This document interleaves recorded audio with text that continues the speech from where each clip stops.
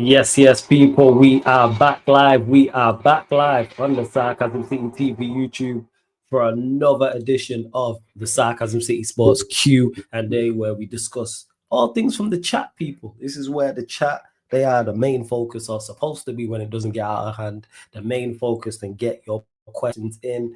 Plenty going on in the world of football as well in regards to transfers and transfer rumors as well. Paul Pogba to Monaco. Here we go. Paul and Bill Pogba is back playing football. So love to see that Monaco are in the Champions League. So I will be watching Monaco once the Champions League commences. Bynoe Gittens to Chelsea. That is also close as well. That deal. We've got Spurs looking at Eze, Napoli potentially making, well, they're in discussions with Liverpool for Darwin Núñez as well. I see Dallas put United getting Mbeumo, probably not. Why did I miss something? Did something happen? There's also been a second bid from Manchester United for Mbeumo as well. Kirk has to Liverpool. That here we go. We got also as well, and I'm sure there's things that I have forgotten, but big up to everyone in the chat. Big up everyone locked in. Before I get to the chat, bring on the panelists as well. Make sure, whether you're watching this live right now or watching this back after the live, hit the like button on the video. It's so important you do that. Hit the like button on the video, people. Pay the tax when you enter the city of sarcasm. Run up the likes. Share across all the socials. You can see my new Twitter on the screen. Yes, it's flawless. That is the new Twitter. Yes, it's flawless. Follow my new Twitter if you're following the old one. Yes, it's flawless on Twitter. Yes, it's flawless on Instagram. At Sarcasm City TV on Twitter and Instagram. Retweet, like, share, people. Run up the follows all over there. And just as important, make sure you subscribe to the channel Sarcasm City TV. Hit the notification bell as well when you do so, people. Make sure you hit the notification bell when you do that. But big up to everyone supporting, everyone locked in as always. And for those that haven't seen the Q&As before, it's where we do answer questions from the chat. So if you're a member of the channel, I will star your question and I'll get to it. Of course, if you're kind enough to super chat, I will star that and get to it. So they're the two surefire ways to make sure I get to your question, people. Like I said, sometimes these lot become a bit of a mayhem. And look at Sai with the info. Jesus, what is going on in the world of sport? What is this? Lord of mercy. This is extra stuff. I thought I started all these before the start. Big up to Sai. Out here doing great work, and he's just become a member of the channel as well. Well, rejoin the membership as well. Links in the pinned comment. Big up, pardon me, big up to Vodge as well. Big up Cornmeal, big up Dal also as well. Why are we not getting Mbeumo? Did I miss some? And I think Jez is in the cut as well. Yes, Jez, what are you telling me? You good? Come on, man. Come on. See it right you there. exceptional. Yeah, you exceptional. Bro. New, hey, put me on the big screen, bro. Like, people need to see this. For all the people that hate, for all the people that hate it, man. Look at the Avi, and brand it in your memory, bro. Right there, and button left and the white, EL winner / NBA champ, man. Come on, man. Oh, yeah, man. Good, big up Abel, man.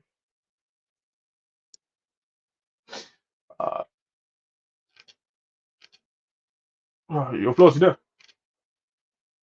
Oh, yeah, shit, my bad. The man was on mute. Yeah, Jez, I forgot to mention it. Congratulations to all the Oklahoma City Thunder fans and the franchise. I forgot to mention it at the start as well. We'll talk about it more in depth on the courtside commentary. But thoughts, man, I'm winning the trophy.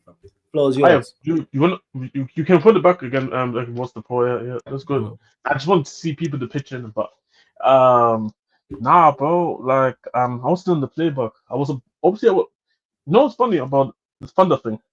Go on. I was more emotional about winning after the NBA championship than I was when Spurs win the Europa League. I was a bit emotional about the Spurs winning the Europa League, but I wasn't. I don't know. There was something about the Europa League. There was something about us winning the Europa League that, like, I was super happy as fuck, and you could see it on all the streams that you saw me in, and even on my timeline. If you follow me on Twitter and all that, like, you could have seen how much I loved us winning the Europa League. But this OKC thing, I think, just meant so much to me because I've been a fan. I've been a fan when KD left us after we joked the 3-1 to the Warriors, and he joined the Warriors literally the same summer. I've been there when the team tried to when Westbrook when it was literally just Westbrook and Bumps. I've been there when the team was trying to make moves, bring in Carmelo Anthony, bring in Paul George, and then see what we can do, and it completely failing. I've been there. Like my favorite basketball, one of my favorite basketball players. The reason why I even support the Thunder, Westbrook get traded for the team for Chris Paul, and obviously Paul George got traded for Jay Gilgeous-Alexander and Danilo Gallinari and picks and that. But at the time, obviously I couldn't have not known that what Shea would have become. But at that time, it's like, oh, it was dark. It was dark, and when you're a small market team as well in the NBA, it's super hard to even rebuild to begin with. There are still teams who considered small market or medium market. They're still trying to even build a competent roster, let alone one that can actually compete. True. Oh, I mean, like Aaron Wiggins literally said it today in his speech today when he had his turn. One of our bench players, he said he was drafted. He was drafted and was part of the teams when we were only winning 24 games in the season. Jesus.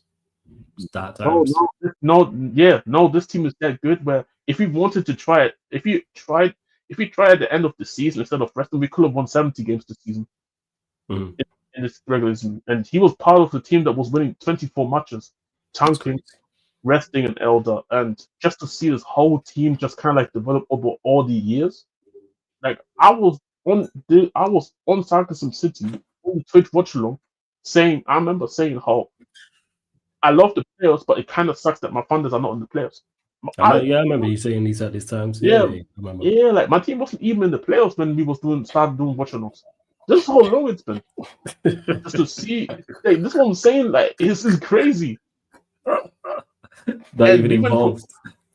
We wasn't even involved. We was just literally there. I was just there, just tanking, and I just had to be just watching, man. So it's like, it's crazy. And then to see this team just develop as a group, everybody just getting better year after year to the point where we have not only the MVP, not even the Western Conference MVP, but also the NBA Finals MVP and won the first ever chip.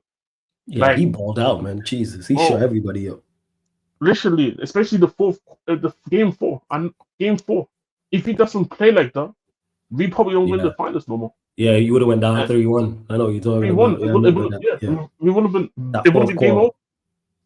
Yes, crazy. He had more clutch points than the whole team the Pacers had in that quarter. Yeah, he did. It's crazy. So, just seeing this group as a group, just all come, seeing them drafted, seeing so many guys come and go, and just being able to see us win the chip. Like, bro, like with football, you know, like Spurs haven't necessarily been great, but with Spurs, they have never been mediocre to the point where like we're sitting like mid-table on a consistent basis or all that type of stuff. Like, and even then, Spurs can overspend their money. If Spurs want, I know with Spurs, we can spend the money to go and just get players if we want to.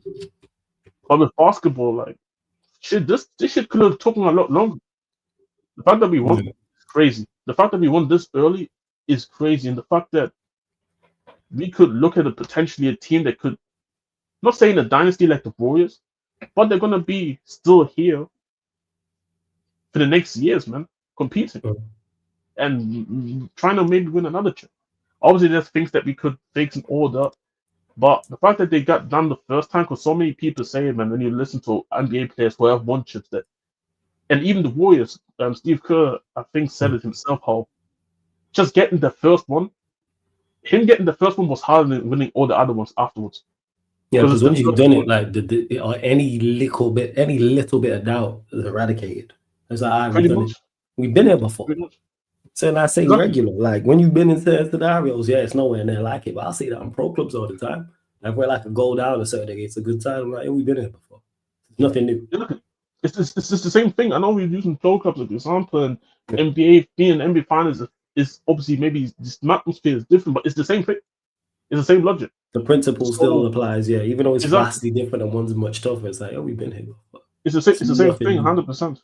So the fact that our second and third best players are one only played 1.5 of season because the rest he's been injured, and the other on our third best player or second best player debate depends how you want to debate it, and Jalen Williams. This is only his third season in the NBA. Like, Oh shit! look at how For real? yeah, like this is Chet's third season in the NBA. That's very super impressive. That's it. This Third deep, season, you know. like, you have to deep it, bro. Like, look at how it took Tatum and Jalen Brown to get to like the eighth seasons in the eighth, Mhm. ninth season in the NBA to even get to a final, let alone winning because they lost the first final as a pair. To go and win it the next year, following year, they're like in the ninth season in the NBA. So the fact that this team won this young, us being the fifth youngest team ever to win a chip, our coach being the fifth youngest coach to ever win it, oh, it's crazy, man. Honestly, it's crazy, man. So for me, that's why this just meant more to me than us winning the Europa League. That's good. That's very good. And big up to Beans and Toast, Kingsman, Chinlu. I see all of you lot as well. Don't worry, we're gonna switch back to football. Continue to get your questions in. I started bet. Well, I started ones for members, started super chats, and of course, if it's a non-super chat, you're a non-member. I star it if it's a good question. But of course, they take priority. Jed's thoughts on Coach Mark. Is it Dag? How'd you say his name? Dagno. It's dark. No, you said it right, dark. No. Yeah, Dagno, Matt Dagno, and Yeah. GM Sam Presti because they both need credit. Yeah, thoughts on the coach Yeah. and Oh his no. move. Oh, it's crazy, you know, because Caruso, when he came to the NBA, he was undrafted, and he was actually in Oklahoma in our, let's say, in football reserves teams. Yeah. Yeah, he was in our reserves team, and Mark Dagno was his coach. Crazy. And then all these years later, they go together and win the chip. Yeah. It's crazy. And so this whole long Mark Dagno has been around in this Oklahoma organization, and he understands the team. He just happened to develop all these years, man. Like, you know how critical I was at times this players when I came on streams and say coach should have been doing that, doing this and that. But I also keep forgetting that this is a young coach. This is not a guy that's it's not a coach that's was winning chips after chips. Like Rick Carlisle, the Pacers coach, I think he got a ring. So he understood what it means to coach a team to even get there. Like, this team is just so young, and I feel like even Mark, he's still developing as a coach, and him being able to have this team this solid. Now, like, you gotta give credit, and obviously the man, literally the GOAT, man, Sam Presti. Sam Presti, like, he was the one who gave Shea his contract extension because I remember this was them times when people was wondering, is Shea gonna extend his contract with us? Because there could be an opportunity where a big market team like the Lakers might want to sniff and trying to get him. He convinced Shea through the project and that we got something good going on. And even though when Shea was playing like an all-star kind of level and the team was losing, he still committed here. He made Shea commit here, and you saw how it paid off. Sam Presti's been on and on and on about it from day one since we traded Westbrook and PG and we just reset everything. He was since day one telling us, we know what we're doing, and you see where we are now. This is probably one of the fastest rebuilds I have ever seen. Yeah, you gotta give credit, 100%. You've got to give credit without question. Gotta give credit for it without doubt. Let's see what else you lot are saying in the chat as well. We'll get to a couple of things. Sai says here, breaking Paul Pogba to Monaco. Here we go. Verbal agreement in place. Contract until June 2027. Final details have been sorted. Contract to be checked by lawyers in next hours, and then Paul will fly to Monaco in 24 hours. Medical test later this week. Pog back. Love that for him. I love that for him. Glad that he's back playing, will be back playing football. He's going to a team who are actually of a certain level as well. They're in the Champions League too, which also helps that he gets a chance to showcase his skills. And I wish him nothing but the best. I'm not one of the United fans that has any hate towards Paul Pogba or anything like that. So, hey, man, I just want to see him ball out. I just want to see him playing regularly. Hopefully he can stay injury-free as well. It'll take him a minute to get back up to speed, but yeah, I love that. Maybe even look at some League One games. I'm not going to lie, but happy for him. What are you saying about it, Jess? Oh, like, you know, I've been watching Monaco. I was actually saying last season, when I had to write the name of their coach in the chat because I couldn't say it. Now, Monaco is already a decent side already, but it was a young side, so I feel like he brings experience to the side as well. Now, the question mark is more so I don't know what necessarily his role is. Is he coming to immediately and start? Because they have a lot of talent in their team in terms of young talent that they want to develop themselves and who are already contributing right now. But if the ideas of him starting, I feel like you could make a situation where he can play in the 10, actually. Let him play further forward and just have somebody like a Lamine Kamara and then a defense, then pair that Kamara with like a defensive midfield, like I think it's Magavisa or something like that. Apologies in the chat if you know the player, but I budget him. And then you can have Ben Seguir on the left wing and then Akiliush on the right wing. I know Akiliush is linked to Leverkusen, but apparently he's too expensive at this moment in time for them to even get him. So if Akiliush can stay, if Ben Seguir can stay, and then you have Mbolo on top, on and off at times for Monaco. And then the backline is decent as well. They don't have like Monaco already have a good team, and also you gotta here we go for Ansu Fati as well. So Ansu Fati is also just gonna add to the attacking quality. I know hasn't been necessarily at his best in quite some time, but maybe you can maybe find some form back in Monaco. So, no man, I think Monaco they're gonna be an exciting team to watch just for the culture that don't even really care like that about French football. You just wanna be there and just watch. Looking forward to see how he does there. Like I say, you've mentioned, and I think Kaneki's mentioned about Lamine Kamara as well. So, and that's just one player he'll be linking up with. I'm not sure what system does the manager play there. Is it 4-2-3-1, 4-3-3? 4-2-3-1, yeah, 4-2-3-1. Okay, so he could play in a pivot, or he could play as one of the 10s potentially. All right, that's fine. I think he would use him in the 10 because Kamara is good defensively, but he's not necessarily. I wouldn't say he's like this defensive monster, but he actually is. I tell a lie. He's kind of weird because he's the tempo setter of the team in the deep areas. So I don't know if you necessarily would like Pogba and also to come and help. I would rather just say get somebody who's a bit more defensively to help out with a Pogba, especially who's not going to be in the pacing, and let Pogba just free roll as a 10, just roaming around and find a third. I feel like that's what. I could just only imagine how that could work out in my opinion. That makes sense. Welcome to the stream as well. My like Vaya Games TV is in the building. What are you saying, Vaya? Yo. What are you saying, man? You good? Got a lot to say, but Q&A, so I'm gonna play my role, play my position. You know what I mean? So whoa. You know you have a free role here. Floor's yours, man. Love the bucket hat, by the way. Fire. The loving the attire. Fire. A1. You know what I'm saying? A1. What makes that bucket hat? What brand is it? Nike. Okay, yeah. That's fire. That. Yeah. You got some stuff over there we don't get over here.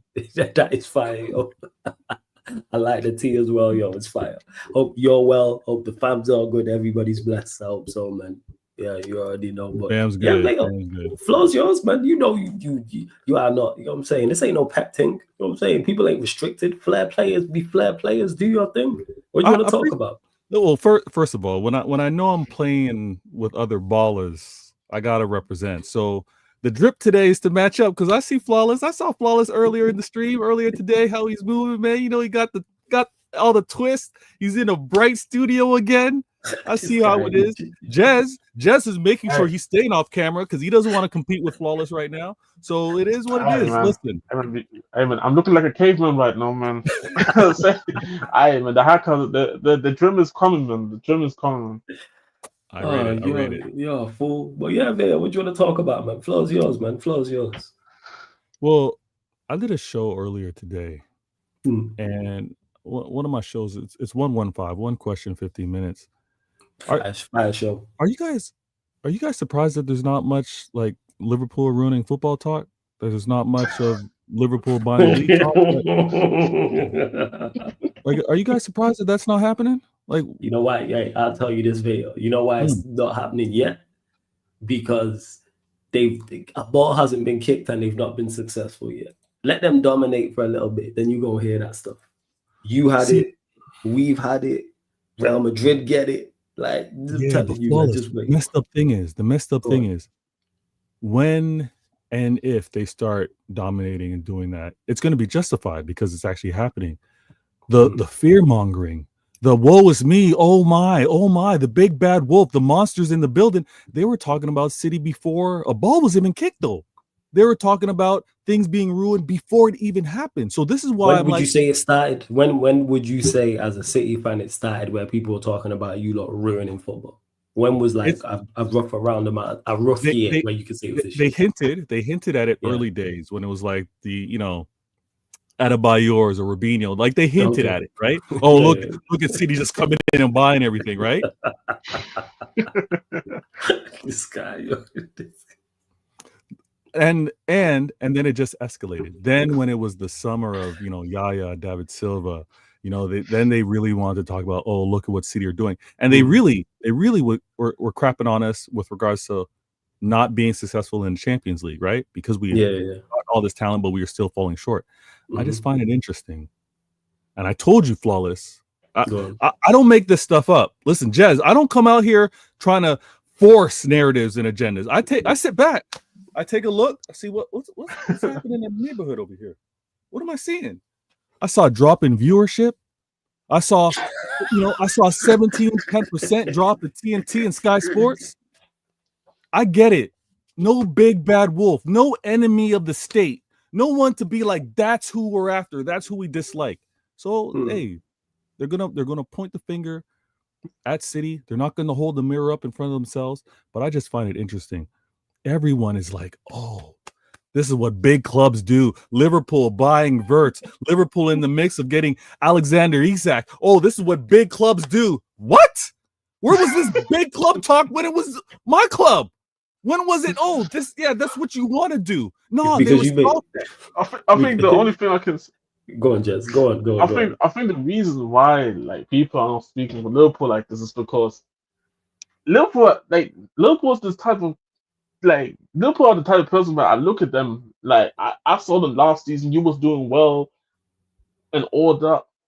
Next, I'm seeing you couple of months. I've been gone. I'm on holiday. I'm coming back, and then I'm seeing you with the triple chain, the Jordan shoes, the Gucci belt, and it's like, yo, I'm just thinking to myself like, I have never ever seen you act like this before.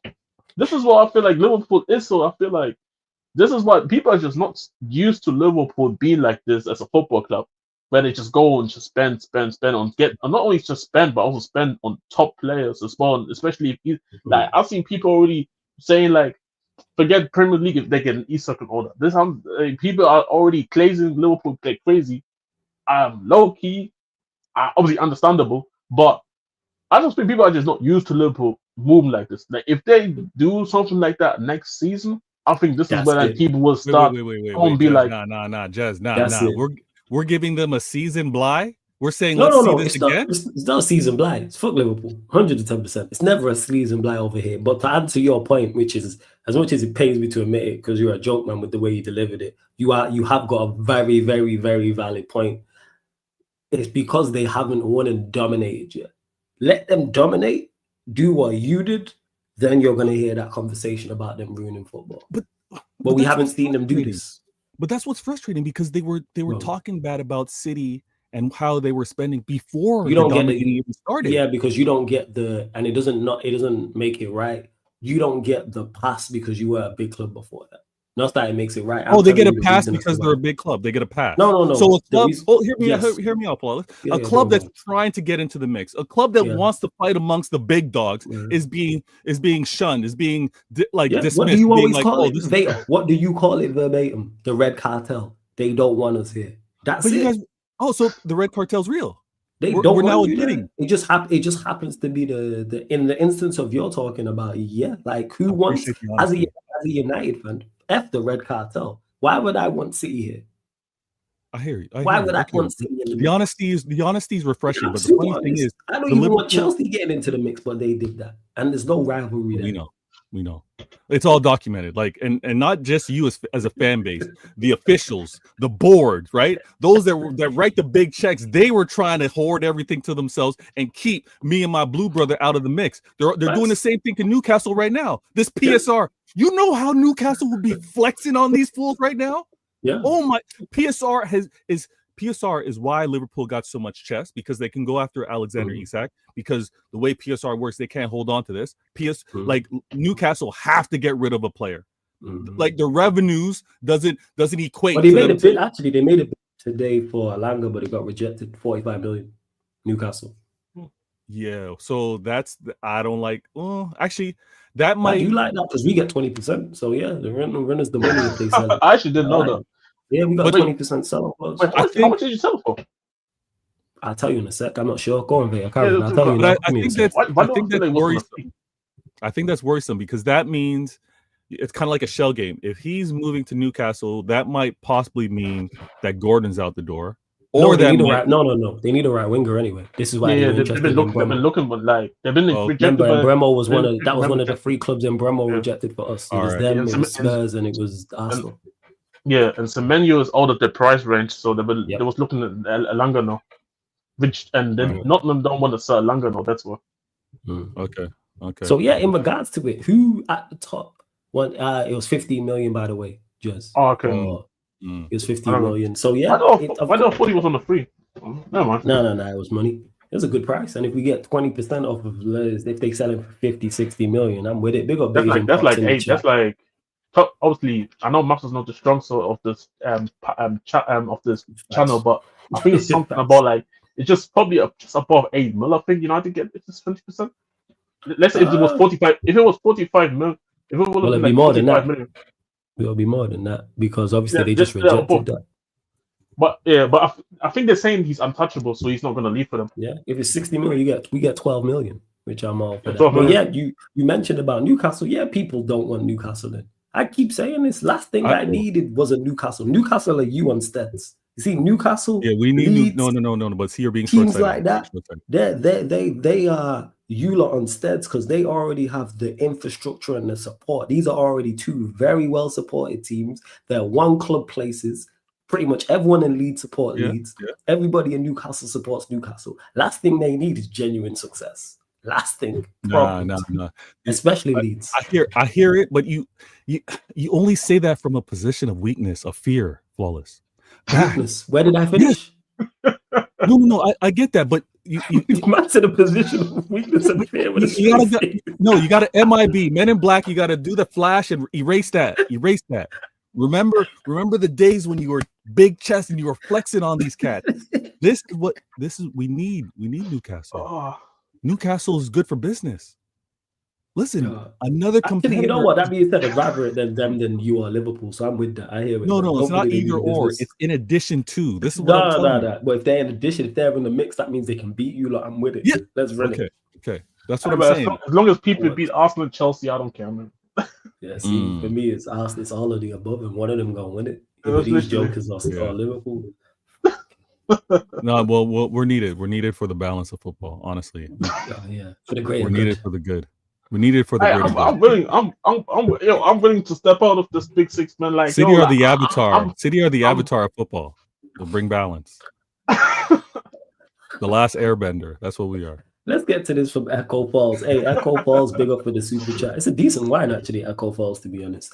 Big up for the super chat. Appreciate it. Says, Vaya, thoughts on the Al Ain game. They're crap, but we had great chemistry last 20 minutes. We need to win Club World Cup. We can't compete with financial giants and Liverpool Football Club. Thoughts? Echo Falls, brilliant super chat. Thank you so very much for your generosity. The points you made, the game, you could only play who's in front of you. But what I liked about the game was Pep pretty much doing a complete new 11. He's like, listen, I promised everyone they were going to play at the Club World Cup.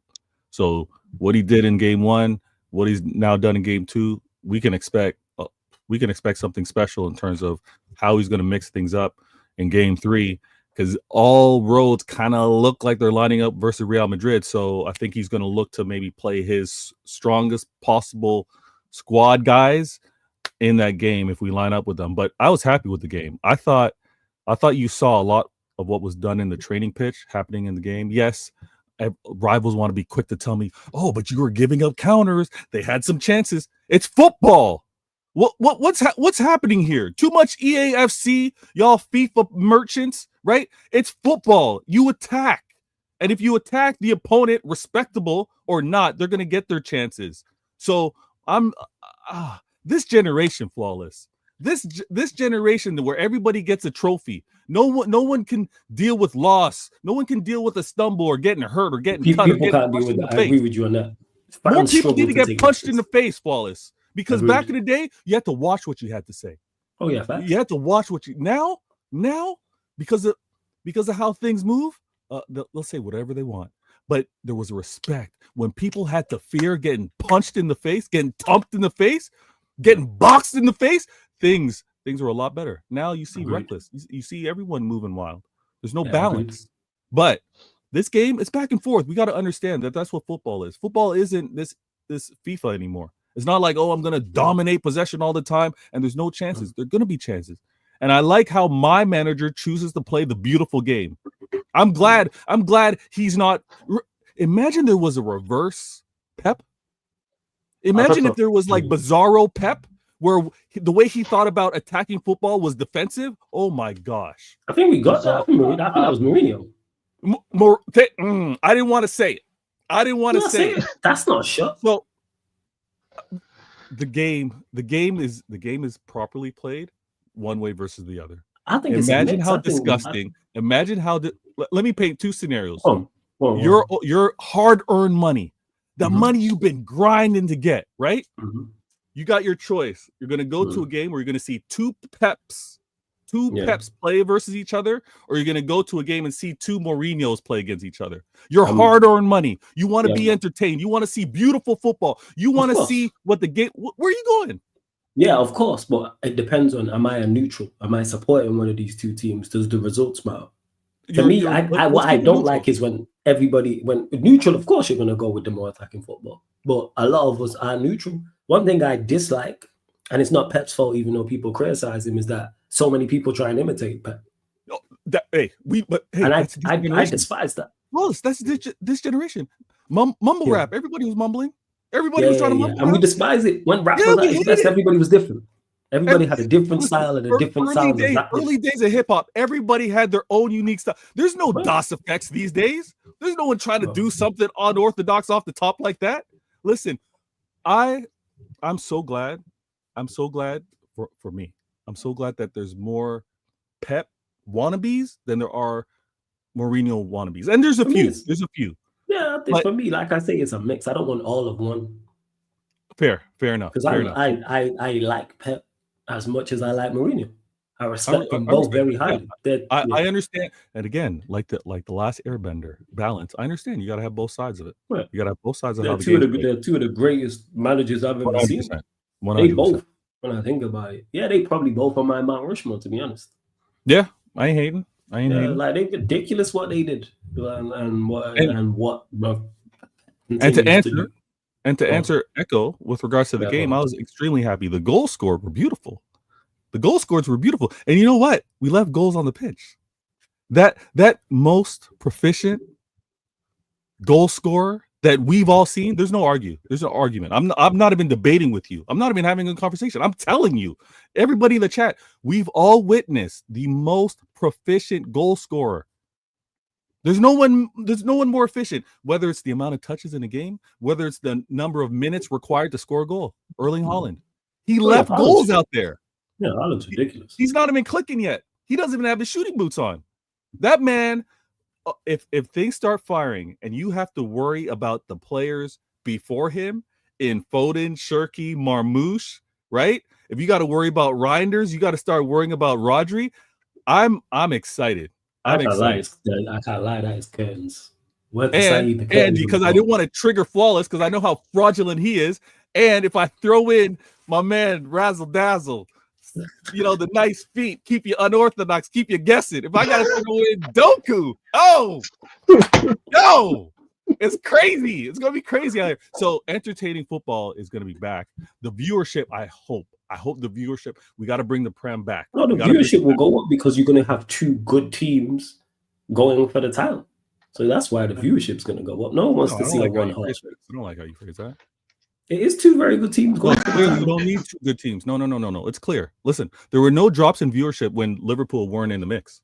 When Liverpool weren't in title contention, the views didn't drop. We don't need two teams. Don't phrase it that way. We need one team. We need City back. That's factual. I ain't arguing. I'm not arguing with you. It's factual. We need City back because that's when the viewership was where it's at. So I'm just saying, City and this entertaining football is going to be Guys are something outrageous. special. We need it back. Sorry, Well, I've said this to you before, and I'll say this again. I'm genuinely, from just a football fan perspective, I'm interested to see used to go for the title. I can remove my United bias and look at it and go, this is going to be a good season. I think the overall standard of the Premier League will go up. Because I think last year, overall, it was terrible. It's one of the worst it's been in a minute. Yeah. The worst, that's the worst it's been from when there was a time where La Liga was the dominant league and just came and pinched all the best players from the league. And the league dipped.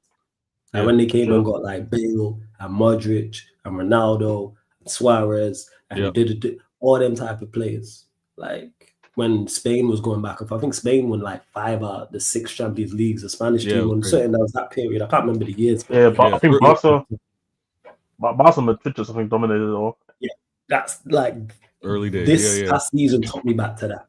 Early CR7 departure, like during those times you're talking about, like and like it carried on because, like I said, the likes of Bale and Modric and Xavi Alonso and Mascherano and Suarez and Didier and everybody started leaving to go there. But hey, Echo Falls, big up for the super chat. Oh, we knew he was on his way, Chindu. We knew we weren't gonna forget. He says, "I was waiting for Vader's Doku prop. You better not let Mr. Lot slap pep around his head again." Hey, Pops, I hear you, man. Because if he does, uncomfortable conversations. But at least you know what.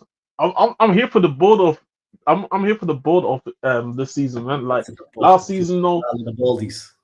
Yeah, battle of the Baldies, bro. Like this is like because I want to see good. Like I didn't want to see Arsenal there with 2 centre backs at right back and left back. 5 centre backs if you include Rice, but. I don't want to see that. I don't want to see Moreno in midfield there competing with them 2 next season. Like, no, I want to see City and Liverpool. You already know my German bias. I love Foley on words. So the fact that I'm seeing about then I'm a big fan of Shirky, man. I've been a fan of Shirky since he came through at Lyon. And one of the youngsters as well that City have, which he only joined, I think, midway through last season or this summer, Claudio Echeverri. I'm a big fan of the kid. I'm a big fan of the kid, man. I'm a big fan of that kid, man. And I actually wanted to ask, do you think he's going to get like some good involvement this season with City? Because I do think he's a really good player. He's a very good player. Again, like Echo Falls bringing up that super chat earlier, he had an amazing free kick. And what I love is like this content that we're now able to consume, very different. Like they're releasing training footage. You're able to see like some of the behind the scenes. They released the amount of training that he was actually doing. Like this off is on time. Any of you young in the chat, you're trying to develop no matter what it is. Doesn't just need to be football. Practice when no one's looking. If you have issues in terms of public speaking, practice. Talk in front of the mirror, record yourself, play that back, see how you can get better at it. If you got a problem just, cracking jokes, holding a room, work at it. This man was working at the free kicks. And the players, which was surprising to me as I was watching, you saw the leaders, you saw the older, the vets being like, nah, it's yours. And listen, he crushed it, he killed it. I think he's really promising. It's one of those where it's like, I think Pep is going to have his biggest challenge because I think he's trying to get a blend between these 10s and make them 8s. Like he wants that attacking ability, but then he wants them to be more like complete midfielders. So you got Echeverri, obviously you got Shirky, and you got Foden. I think it's one of those where I don't know how he gets the right chemistry, but I would love for Echeverri to remain here. I guess the right chemistry. Have that Belgian done on the bench, but carry on as you were. It's gonna be great, man. Because I'm keeping a close eye. I'm watching vast majority of City games. I'm watching this season. I'm watching you lot closely. Now every City game, because you lot are gonna be on TV. I'm watching for multiple reasons. One, because I think you have one of the better teams. I think you have the best team in the league. And you have a lot of quality on show. And 2, to see how many times Doku's on the bench. Wait. Okay, hold on. Let me take a moment and take a moment for that one. Yeah, I hear that. Explain this. Let me explain. I got Cherky, Foden, Mamouche, Haaland. Am I missing any attackers outside of Doku? Savio. Yeah. Is there anyone else? It's those 5, right? I think Echeverri, Oscar Bob, Foden. That's 7. Cherky, Marmouche, Savinho. Yeah. Gundogan. Yeah, Gundogan. Carabao Cups minutes, man. That's what he's on. But go on, carry on as you were. So this is the funny thing is because many players, and you've heard the term, I'm sure you've heard the term, all the content that you consume and create of pep roulette. For all of you that do your fantasy football and you're cussing out my manager because he didn't start the obvious. If you put a City player in your fantasy team, that's on you. You're an idiot for that. Because we know what Pep's like. You're an idiot for that. So the fact that Pep does that, I'm not taking any slights if he sees early days that it's more important for Doku to be coming on as a difference maker, energy spark. Definitely, yeah. And if there's going to be some games where he's going to be starting, I get that. It's going to be his third season. It's going to be Savinho's second season. So this whole combination of what he's trying to do, this directness, I don't know how he's going to make it work, but I'm excited for it. And again, selfishly, because I'm an EAFC player, I want Doku. What? I want Doku in my EAFC because I like playing those head-to-head matches. You're the team that you back, right? What team do you rep? Oh, you rep your team until it's EAFC, you fraud. Well, that's who I'm taking on all next season. Rep your squad. And if all these punks that don't want to play with their squads, don't talk to me. You ain't real. Yeah, you wouldn't play with your squad if your team was 15. Well, I played with my squad from day one. It doesn't matter. What FIFA? And what you know FIFA? what else? You know what else I used to do? So listen, shout out everybody. So we share different Black History months. So Black History Month over at Manchester City is February. I play head to head, and I take off. No disrespect. I take off all those that kind of sunburn. I take off all those players over my club, and I play the brothers for Black History Month. That's all well and good. What's the earliest? I'd still take on whoever. What was the earliest FIFA you played? What's the earliest FIFA you played? Earliest? Yeah. When did you start? PS2? PS2. What console? What was you playing Pro? Did you play Pro Evo? I'm asking. No, I didn't really mess with Pro. I messed with Pro Evo. My friend had it. My friend had it. So it was one of those. This. I'm dating myself. This is I'm linking up, heading over, sharing the couch, gaming. That's those days. Yeah. But then this PS2 when PS2 dropped.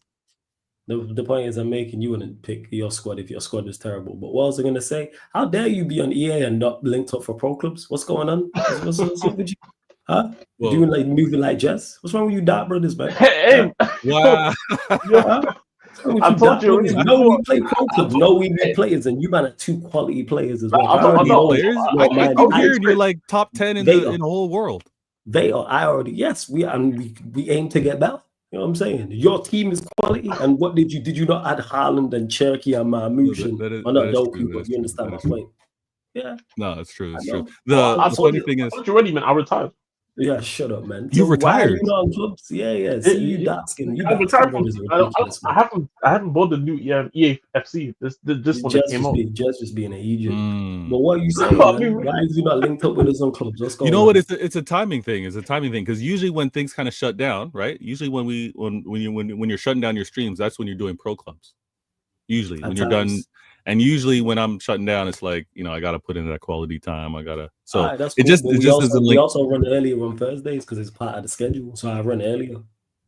See these guys. It just hasn't linked up. But in pro clubs, whenever I make a profile, I make a defender, central defender, more like a Benson Company type thing. Music to my ears. We need center backs.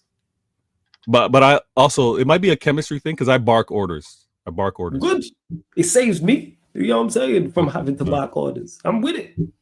All right. We'll see. 2026. What's going on, you guys? Yo, Bless. What's good? See, Connor. He's the other centre back because we play a back three. So there you go. We can bring you in and we good. What are you saying, Omar? You good? Yeah, Connor's literally he's the other centre back. I play left side centre back. He plays right side centre back. Yes, and we are. Well, we dropped down a little bit, but yeah, we was like at one point like top 80. We like top 100, top 120, 100%. I remember. Yeah, I'm trying to talk to this guy, man. You know what these guys are like, man. You know what I'm saying? Because I know he's good as well. That's what pisses me off. I already know. But how he talks about the game, like he'll be at a certain level, and he's talking about barking orders. Good. We'll chop it up, man. Make a pro. You joke, man. What console you on? Yes. Well, I got a PS4 and a PS5. Yo, make a console. Yeah, we on PS4 version, man. Make a chop. You know what I'm saying? Make a pro. I'm gonna be on your case now. Yes, Omar. What are you saying? You good? Yeah, good. Just out of football for up topic, just a second. Did you guys see the latest news from ESPN? No, You what's the guys see Laker that? news here? Porzingis has been traded to Atlanta Hawks. Oh, he's So, not Laker. He's a Celtic. He's a Celtic. Yeah, he's yeah, not that's what I'm Porzingis. saying, because that's what I'm saying. He was traded Oh, I to thought Atlanta. you said Lakers. Sorry, I thought you said Lakers. It's a three-team deal. So it's between the Nets, the Celtics, and the Hawks. So which will see Porzingis go to the Hawks? Ah, okay. Hold on, let me bring up the food. Let me bring up the food trade real quick. Yeah, I literally just saw it. It's a breaking news. I just saw it before I just came in. Yeah. Anyway, Vader, listen, man, long time no see, bro. It's been a Yo, while. what's good? What's good? You took a mini hiatus. I've been seeing your channel's been active these days. I'm like, yo, it's been a while since you've been active. It's been a minute, man. It's been a Good. minute. The balance between, well, I mean, y'all know. Yeah, For Yeah, me, between it got family to life, the point where yeah. I was like, listen, that's that, man. I did. I'll be completely honest. I did sacrifice in a certain way or neglect my channel, but I made sure that I was consistent because I enjoy making content with all of you guys. Yeah. So it was one of those, and I didn't want to drop off that way. But yeah, I'm back. I'm using the mornings right now before the workday gets too hectic. I've been using my Love- mornings to get some content out. So Well, exactly, man. Hey, listen, man, we love love- to see it, man. I'm love happy to see you being active on your channel again. But listen, by the way, Thanks. I'll say this, Vader. I've been very impressed with how you guys have been active in the transfer window. I would say since January. Like, what's that? 10 signings apparently you guys have brought in now, right? And the actual 10. summer transfer window hasn't technically started yet. Is it 10? And It's not probably 10. around that. that's what It Lee might be like said. He 8. said therefore there's made 10 signings. I think Spurs only 4. That's No? short time. Nah, it's from January. You said so. You Oh, can from do January. Oh Yeah. yeah, okay, all right. So from Jan, all right, I got You're you. saying From your last two exactly, windows from is 8. January. I just wanted to do just from January until now. You guys have Yeah. signed, I think, 9 to 10 players. But one thing I will say is this, right? The team that you guys are building, I like the squad, the players, some of your players, especially watching this Club World Cup, right? I've been very impressed with that. All right, take your time. Take your time. You don't have to talk fast. All right. What you like about it? Yeah, so basically, Echeverri, he's a player who I've been hearing a lot about since he was in the under-20s. Well, Nice. yesterday was the game against Al Ain was like the first time I actually got a chance to watch him. And I'm not gonna lie, the guy is good, man. Like he scored an amazing free kick in that game. Obviously, Cherky, I rate the kid very highly. Reynes, he's been doing well at AC Milan, another great player, great signing. Ain't Nori, I mean, listen, you guys are trying to buy Livramento and Ain't Nori. I'm not gonna lie, I'm not surprised really, Vader, to be honest, because I did know after the season you guys had last season that most definitely you guys were going to be active this summer. I think everyone knew that, right, about Pep. Right, this season was. I think everyone knew that about Vail. Yeah, everyone knew that. Come on, Vader, no, Vader, you can't be that gaslighting, bro. We all knew you guys were not. Yeah, Vail was like, "Oh, well, we see and we don't know. What did you do?" Come on, man. Wait. This is what's funny about you guys. Y'all want to claim you knew all this, but then when we're having our difficulties, y'all choose to ignore what the club just did. Like the club did have those dips. The club did fail to acquire the right players, right? Because y'all were reminding me, like, definitely. We will remind you again. What's with going back and getting done again? What's with Kovacic? What's with Nunez? We ain't talking about that. We're talking about from January onwards. This summer coming up, we all knew you lot was going to spend big. That's the point we're making. You guys knew we were going to spend, but you also questioned me on what I was spending on just not too long ago. So I'm like Omar said. I didn't say you were going to spend well. We just knew you were going to spend. Yeah. Okay. So this is where it's at. Yeah. I didn't say well. I hope you spend badly, but here we are. It looks like you spent well. But can I just say this to you, Vader? See, here's the thing. Yeah. I think the reason you guys were spending so badly in the past few years is because you guys were kind of like you guys became complacent. You know why? Because you guys were winning so much, right? No. I'm telling you, bro. This happens to teams, right, bro? When you keep winning and it's too easy, bro, you become complacent. You start thinking, too easy. Man, we ain't got to change. We don't have to change. Exactly. Oh yes, you had the mighty. No, don't do that, Omar. They had the mighty Arsenal with Super Duper Mick there. Let me. There's just on the 50 of you lot in the building. Let's run up the likes, people. Get us up to 40 likes. Like check 1-2-1-2. Hit that like button. Continue to get your questions in as well. To Andy, who says, even though I don't think this happens, he says, if Liverpool sign Isak, is that the best transfer window in Prem history? It's tough to find one better. Yeah, facts. Yeah, it's tough to. When I say it's tough to find one better, it's tough to find one better in terms of at the time. There's been transfer windows that people look back on and go, that was an extremely good window because of what those players produced later on. Later on, like there's certain windows I know you lot would have had where You wouldn't think it at the time. When you look back at what that group achieved, you go, oh yeah, that was the shit. Like just spoke about OKC, it's NBA, but when you look back at certain trades they did and certain players they got at certain points, you go, that was it. Like, did you not get Chet and J-Dub at the same time? Were they in the same draft? Yeah, we drafted them in the same draft class. Yeah, there we go. So at the time, before you go on, at the time you wouldn't be like, what a double swoop in the draft. But now when you look back at it, you go, exceptional. So yeah, to answer your question, Andy, if they do, it'd be tough to find one better on paper. If there is, someone let me know, because I can't think of one. If they get Wirtz, Isak, Kirkes, Frimpong, that is extreme. Are we talking about just Liverpool? Are we talking about just Liverpool? No, he said no. In the Premier League, in the Premier League history. I can't remember. Also, the closest thing I could think of, and this is on a January transfer window, will probably be January 2018, when we saw Laporte went to City, Van Dijk went to Liverpool. No. We're talking about one team. Just one team. Just one team. Like a whole summer window by one team. So wait, are we talking just Liverpool's? No, not just Liverpool. Just any. Okay, one second. Any club in the Premier League. Any club in the Premier League in the entire history, if there was ever a transfer window, they've been as good as it's been in terms of not when you look back at it, but just in the moment, initial window. Yes. No, I got you. Like I said, I for one, understand now. for this, I could, if they do sign Isak to this, I can't remember one that's better on paper. Like I said, in hindsight, there's ones that will look better after time, yes. But currently, like for instance, when United got Everett Village in January, quality because of what they did. By the time, nobody looked at that January window like, whoa. What a window. I'm sure City have had windows like Chelsea have had windows like that. But like I said, after the fact, hey, love to Cubed. Big up Cubed every single time. Love Cubed. Good to see you in the chat. Shout out to Cubed each and every time as well. And to Connor, where was it? Yes, to this actually pops. Yes. Drew Holiday has been traded to. Yeah, he went to Portland. Serious question. How long does Ruben have? As long as the incompetent people at my football club are allowed to give him. Who knows? Who knows? Probably, if I'm guessing, this is just me guessing, Connor, around about the time Ten Hag got sacked. I think it will be around that time. So around November, basically. The trigger.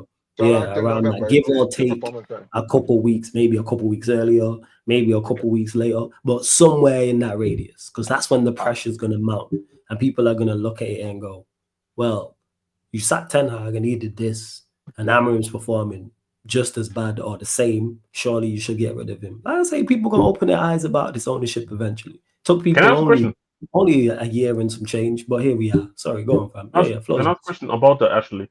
Yeah. Because obviously, I do think, especially with the fixture, the way looking, starting off the season, and United not remembering that they finished 15 last season. It looked like it could be a difficult start of the season, yeah, but I was thinking, let's say in a scenario where Amrin does get sacked, do you think they actually go in for entering, or do they try and get another manager out of the job? Because I do know that you would like a interim, but that's why I'm asking specifically what they will do. Yeah, you know what they'll do? Make the same mistake they made and go get another manager who has a completely different style, rather than just get an interim. That's what they're gonna do. I'm telling you, it's a mirror. I am telling you right now, Jez, and to everybody listening, it's an absolute mirror match. All the conversations, and because I do this for a living and I'm having these conversations every day, I vividly remember just 12 months ago having the same kind of thoughts, being asked the same kind of questions and having the same kind of answers. And it's going to happen again. I'm telling you right now, trust me, I want to be wrong. I want people in the chat to be like, oh, you called this so wrong. He's flying, because Sheik made up an extremely valid point. Because all the conversation, say that again? She did what? Yeah, this guy, don't do that. Don't do that to my mom. No. Don't do that. Don't do that. Stop it. This guy, stop it. Hey, this is why I get on your case. You shoot at my brother, we're going to shoot at you. I'm in the I didn't shoot. I heard. Yeah. This is why I see people. This is why I'm on Vega's case all the time. You know, the only person who can crash on Sheik is me. But as we were saying anyway, Sheik made an extremely valid point, as he does all the time. Make sure you subscribe to Sheik TV as well. Don't be this fucking Vega guy. Why? You're violating Chinley. We tried it, you know. We tried it. The point that I'm making is, where was it at? Yeah, that people said, oh, wait till Amarim gets his players and he's going to be able to implement his style. Well, the squad at this moment in time is the exact same, apart from Cunha. So we're going to get the same results. The board have to do what they're supposed to do. Will they? Probably not, because they're incompetent. Trust me, I want to be wrong. I don't know what's going on at Manchester United. I feel like there's just no adults in charge. And come the end of the summer, we'll fight. Like, I'll know from the start of the season whether I'm checked in or checked out to the season. I already know. Like, do you lot actually want to improve? Do you want to win? Because I have strong doubts about that. Go on, Vega. Floor's yours.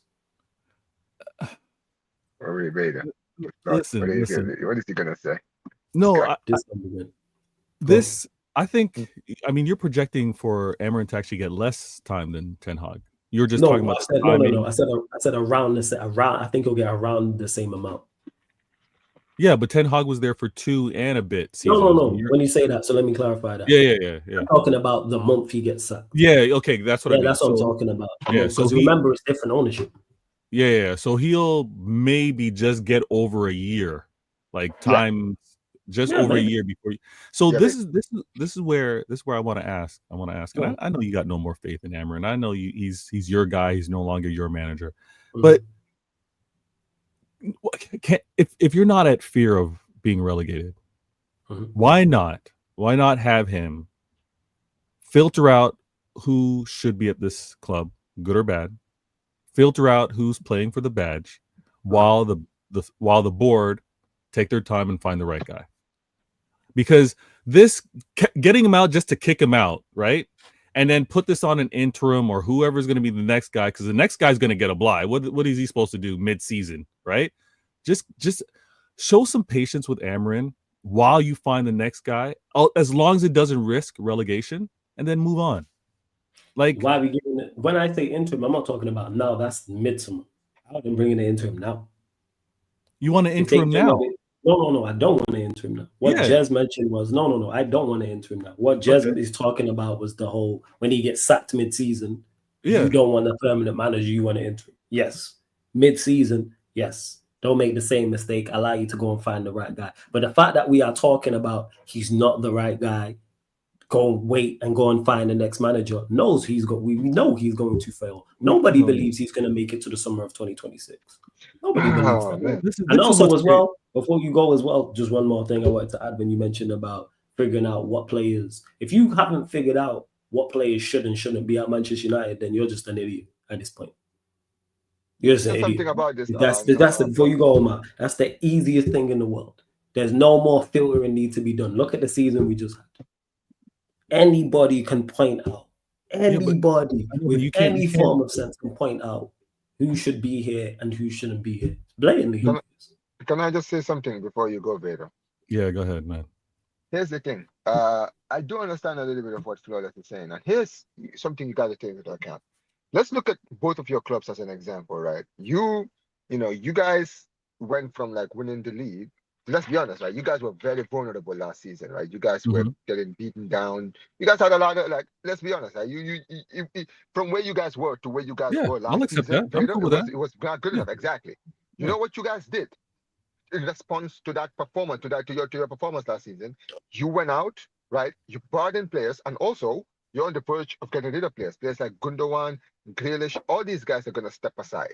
They're all gonna leave at some point, right? And then there's more space, and players will come in. Look at Manchester United. They finished 15th last season. That is unacceptable for a club of Manchester United's stature. Manchester United should have put a sledgehammer on their squad the moment the season came to a close. I don't care whether you're selling for bargain sales. It doesn't matter, bro. You got players in this team that are not good enough. When it's time for you to get rid of them, it doesn't matter how much you get rid of them for. Just get them off the book. You understand what I mean, right? That's no, I disagree with you. Let me respond. Go on before we move on. Go on. This gonna be good. And I love this comparison between clubs, right? And I get it. My manager's got a tremendous credit in the bank, but the science of football is still the same. You got to give any manager the tools to succeed and the time to do it. That is the point. That's the thing, I'm not going at the manager. See, that's where you're... Yeah, but Flawless is. This is the point that I want to say. Don't do that. Hold up. Let me stop that. He had tools to succeed. He failed. He had tools to succeed. You just said verbatim, give him tools to succeed. He had tools to succeed and fail. What are we talking about? So he had tools. He Yeah. failed this season. Failed miserably this season. Let's not about that. You was below all It was target. very poor. It was You plummeted the stocks. Let's not do that. You plummeted the company. He was incredibly poor. No, use the word. Yes, incredibly poor. Thank you. Incredibly poor, plummeted. Yeah. Yes. Let's and at the same time, the same way this manager had the foresight and said, I want to come in at the start of the season. You're going to bash him and say, you know what? But you accepted the job anyways. And this is what happened to you. I think he was intelligent enough to know that I can actually get this cooking if I have an off season and I come into this squad. But you're going to judge me. You're going to judge me coming in mid-season and look at how disastrous and how poor this was. Okay, fine. Hold it over his head. The reason why Omar bringing up the comparison I thought was brilliant is because, yes, I know there's credit in the bank for one manager versus the other, but look at how my manager was still playing the wrong players, right? Even the great Pep, Omar, hear me out. Even the great Pep was playing the wrong players. Everybody, Flawless and everybody was like, if I can see it, if we could all see that he should be playing these players. Equivalency. Stop it. See, to United is a false equivalency. No, but you were okay with it. And I know I was letting him land. I didn't want to interrupt. It's a false equivalency. United and City shouldn't be compared in situations where. Okay, Omar, I'm not responding to it. It is a fault. It is. I just let him. I didn't want to interrupt as he was getting going. That's what it is. That's why comparing Pep to Amorim is a false equivalency. One is the bank. What are we talking about here?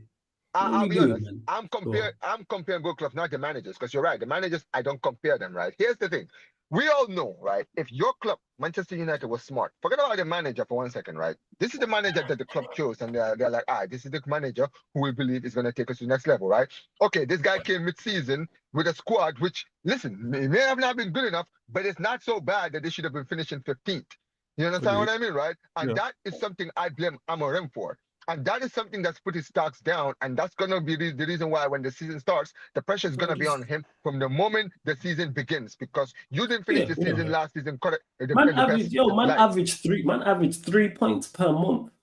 That is what I'm saying. In the year of 2025, what are we talking about? There's nothing to discuss here. Nothing to So discuss here. Let me repeat that, people. He averaged 3 points per month. We did the math. We did the math earlier on. Because I had someone in the chat talking about it. Go on, Vale. What are you saying? Would you say? Omar, one second. Go on, Vale. Omar, I just want to point this out. Fluz, would you say that Amorim had less quality than Ten Hag did? Based off of the loans, based off of the loans that were happening, based off of the players that No, I don't think he had less quality. They had the same. So Ten Hag had everybody Amorim had? Minus Dorgu. Wait. Say that again. Ten Hag had everyone Amorim had. Minus Dorgu, yes. So minus one player, yes. And Amorim ended up having to play out that season without Rashford, if I'm correct. He had to have to play out. No? Wait, who? Wait, I'm confused. Amorim. Wait. Say that again. Amorim chose to get rid of Rashford. It was his decision. And Anthony. He chose to get rid of him. So don't give me that. Bear in mind, he was no loss. I think I agree with the decision still. It was still the correct decision. It's one thing I actually liked about him. Because someone tried to ask me about that earlier. About, you said it was results based. Someone was trying to before you go, Omar, one sec. Was trying to trick me on some nonsense. Like, yo, you can't trick me on nonsense. I know what I see. I know. Okay. So let's talk about something that we said when you guys hired Amorim. If you remember, when you guys hired Amorim, I actually spoke to you on a calling show. And we actually agreed that this squad that you guys have, even with this new manager, is not good enough, and a lot of these guys have to go at the end. Oh yeah, absolutely, 100%. So that's why I still have to elaborate when I say this, right? At the end of the day, these players are not good enough, even if you guys sack Amorim next season. You understand what I mean, right? So what you guys should have done, the club should have done, is said, you know what? Even if this money is under pressure, you guys are still not good enough, and you guys need to go. Get rid of the players and try to bring the players that maybe fit what Amorim is trying to build. And if he doesn't do well, we're like, listen, we got rid of half of the squad. We brought some of the players that fit your system. It didn't work. Get out. Let's bring somebody in because we are trying. Agree, just bring your talent. Yeah. However, if you guys don't get rid of the players that are not good enough, and the pressure is still on Amorim, you're going to sack him, and whoever comes in. I'm not saying it's going to happen, but let's be real. With these same terrible players, Don't be surprised if the next No, manager 100%. also struggles with this thing. No, of course he would struggle. This is why I'm more so on. I've been saying this all summer long. It's more so on outgoings. Been Yeah. saying this. Forget Yes. incomings. Outgoings is the main MO. I've been saying this to get rid of these lot. I'm not hearing any defense of anybody. That's what I don't understand. There's zero defense of any. I'm not hearing it from Veta gaslighting. I'm not hearing anyone from any United fans in the chat who try it. None of that. We were dreadful. We average 1 win per month. Get to fuck. It's awful. We're not that side because no one would have accepted. If I would have said that before the manager got here, no one would have accepted that. That's why I'm not even that. Even Veta's boy, Omar Barada, said it himself. Hey, we didn't expect to be 50. So that kills all that, man. Wait. Omar Barada. Omar Barada. When was Omar Barada? Omar B's more my guy than Omar Barada. What are we talking about? Put Omar BYT in charge of Omar Barada. Whenever I ever said Omar Barada is my guy. Wait, with the early appointment, you weren't all happy with the early appointment. No, I was like, let's see what you do. Yeah. I don't care about what you did over the Blues. You did. Wait, hold up, Omar. I don't care what you did in the blue side of Manchester. I support the red side of Manchester. What have you done? What are you gonna do for me? Yes, your resume looks fantastic. Yeah. Don't dispute that. What you did at Manchester City, fantastic. For you and Manchester City. You are brought in to do a job for Manchester United, and currently you are falling down and never ending staircase. No. Yeah, come on, man. No. See, this is how I know. Flawless could never be a farmer. Farmer, he would plant his seeds and expect the crop to grow the next day. It takes time, Flawless. No, I wouldn't. But you know what I wouldn't do as a farmer? Wreck where I'm putting the seeds. No, sometimes you do. No, Flawless. No, sometimes you gotta burn it all down. Sometimes you gotta burn it. But they're not burning it down, Veta. What are we talking about here? It's not burning fast enough. Wait, hold up. What has Omar? Okay, so let's just kill all this dead. What's Omar Barada done here that's a positive? Don't worry, I'll wait. Name the positives that he's done here. The positive is no rash. There have not been any rash reactions. Forget all this. No, that's real. Has he done positives here? So one. Okay, so there's been no rash reactions. Wells. Okay, so is Omar Barada not included with regards to the strategy in terms of player acquisitions or no? What else is it? I just want the positives. Transfers, yes, cool. I've said that. What else? Transfers, yes. Cool. Okay, efficiencies with regards to the club. No more wasting money. No more body language consultants. You cut wage budgets. You cut wage budgets. So we got two. We got transfers. We got that's good. Wage budgets. Okay, because you guys were bleeding money. Agreed. I don't need the explanation. I just need the response. All right, those are two things. Don't worry, I'll wait. Two things in his first year, right? Now, another thing is which many choose to ignore, but it's important in leadership, is actually developing a timeline and a plan.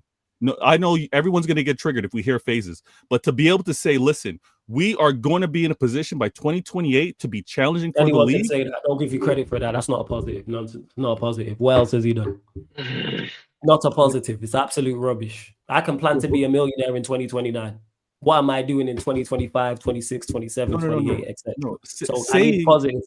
I need positives. Having a plan is not not. If you fail to have a plan, you fail to. It's not a praise. Everybody has a plan. The Glazers had a plan. Woodward had a plan. What are we talking about? Okay. Woodward had a plan. Wait, hold up, Omar. Let me land. Woodward, wait. You see how Flawless is moving? You see how he's moving? Woodward had a plan. Was Woodward good at his job? No, but his plan could fail. But you can okay. No, but he has. Don't say okay. Hold on. Barada's plan could fail. What we talking about here? But you see, but Flawless. The difference is. The difference see how he's reaching people already. I'm not reaching. You're not letting me finish. Stuck on two because you know why I get stuck on two. Everybody gets stuck on two, and then you know what they do after? Start waffling because this man ain't done shit since he's got here. That's why. Outside of transfers and cutting the wage budget, man's done nothing of note. That's why man are here waffling about a plan in 2028 and we're at 2025. What are we talking about here? What has he done since he's got here? Don't give me no future plan. Woodward had a plan and was dreadful. Ollie had a plan and was dreadful. What are we talking about here? Glazers had a plan. They've had a plan since they've got here and ran this club into the ground. What are we talking about? Glazers have been here running the club longer than some people here been alive in the chat. What are we doing here? If we're going to have the conversation, let's have the conversation. Everybody gets stuck on two. You know what's crazy? I had this conversation just earlier on. What are we talking about? He's done two things well since he's got here. Rubbish.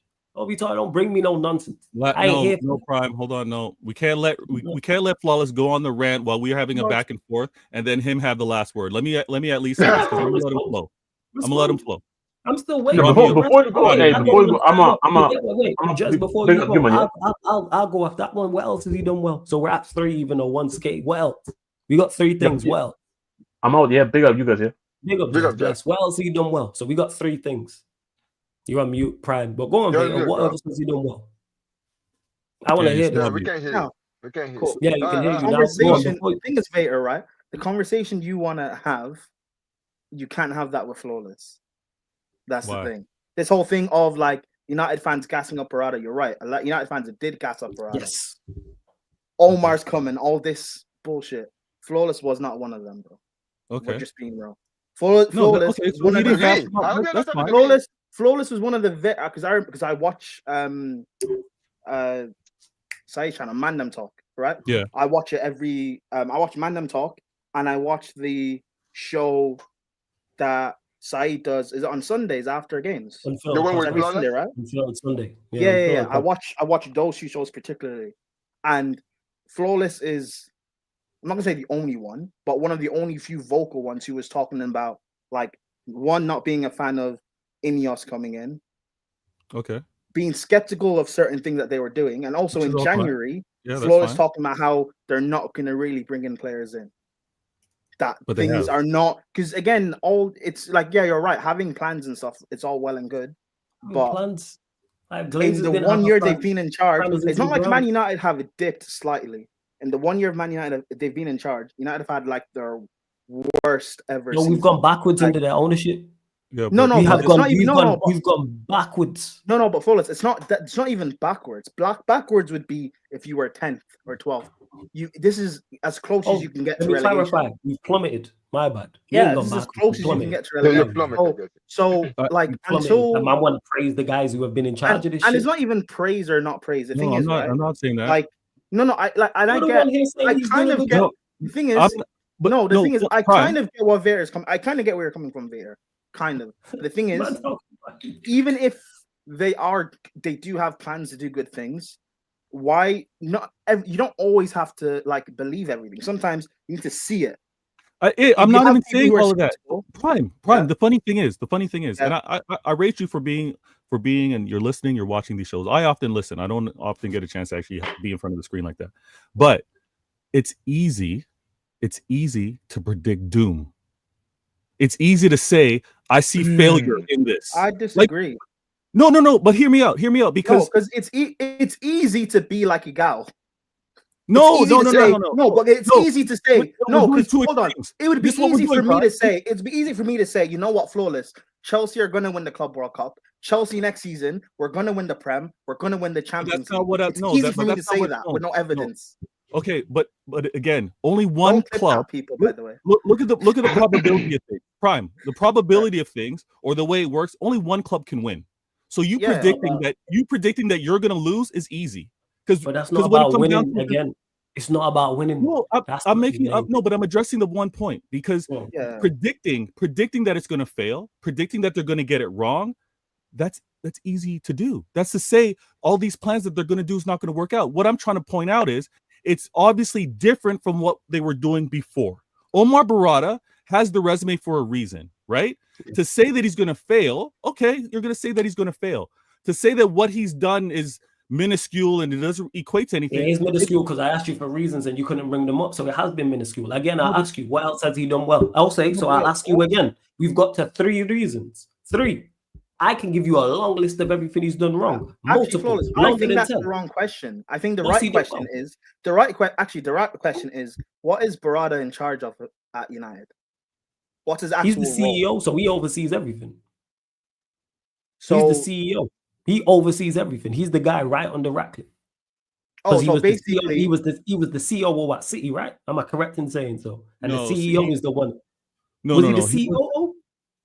So what was he? He was a COO or he was third in line. Right. So COO, I think someone correct me if I'm wrong. He was a couple. COO is the one below CEO. So you got CEO, which is the head honcho, and then you have COO, which is 3 ranks at the time. Sorry, at the time at City, he was 3 ranks down. He wanted the top job. It was never going to happen. But the point I'm making is at Manchester United, he was high up at City. He's even higher up at Manchester United. He oversees everything.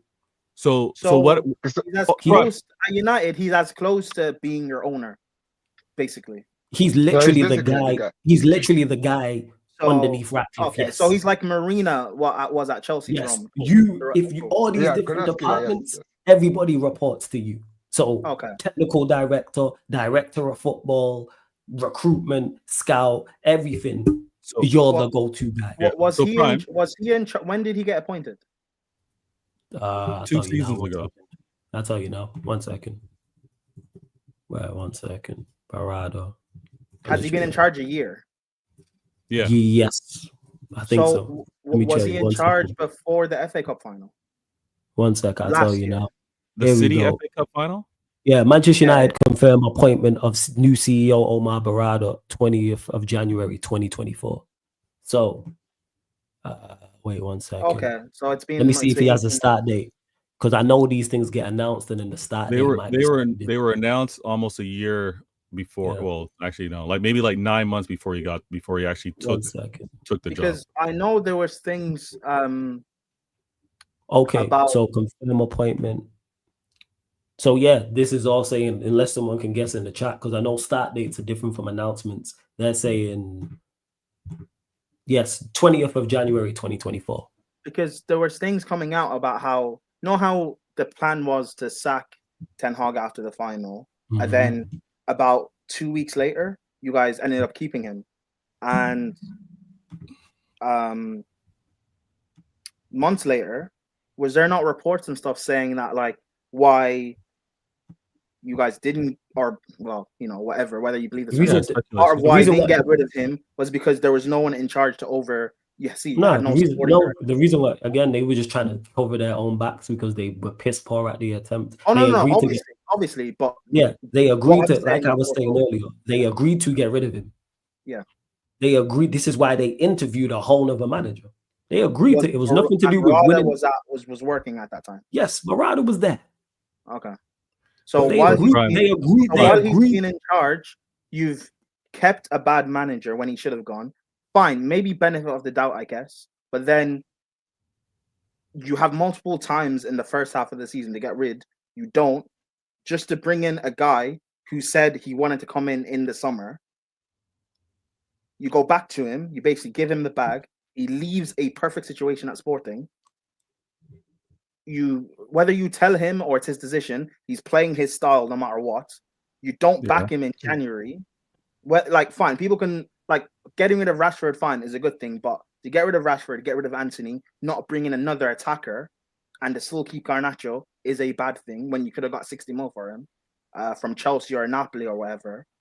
Yeah, 50 million rejected. And then you end the season, your worst ever finish. You stop right there. You've already listed more bad than Vegas listed good. So there's so many things. And by the way, whether it's I'm not even arguing that it's all Barada's fault, but you're the guy in charge, and it looks very bad for you. Whether it's all your fault or not. Before you go, Omar, just to clarify, I don't all blame Omar Barada. His name, I only mention him when Veta's around because he's Veta's boy and Veta feels a way about it. The only reason why I never mention him outside of that, I say Ineos. I never say Barada. I never say solely Ratcliffe. I never say Wilcox. I never say individual. I group them all in together. I say Ineos. Okay. I put them all before you go, Omar. 1 second. I put them all together because they're all culpable. Some more at fault than others. Yeah, I ain't got time for all of that because you're all at fault. Because you all allow these stupid decisions to happen. And you're all at fault for multiple, absolutely idiotic and brain-dead, dreadful decisions that you can point out. Because even to Common, who says they cowered to the fan letter, they didn't. Because they agreed to sack him after the FA Cup and after the fan letter. Just go to the timeline of it. They agreed to get rid of him. But again, people want to change narrative and it makes it seem better. Nothing to do with the fan letter. Nothing to do with the FA Cup. All you have to do is go and Google it and see the timeline. They interviewed Tuchel after these things. They offered De Zerbi a contract after these things. And then, because them two things didn't happen, which is a piss poor attempt, Ten Hag was on TV talking about, oh, they came and found me and and all this type of stuff. And then they didn't believe in him so much, as I keep stating. Never happened in the top level of history of football before ever in my life. And I've been watching 3 decades or 2 decades and a bit. They went and got 2 managers to babysit.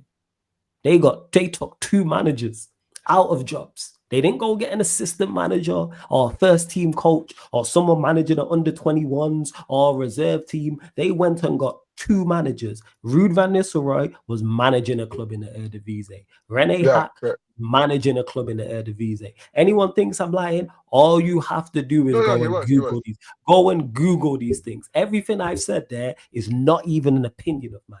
I haven't gave no opinion on it. All I've laid out is the facts. The facts make them look incompetent.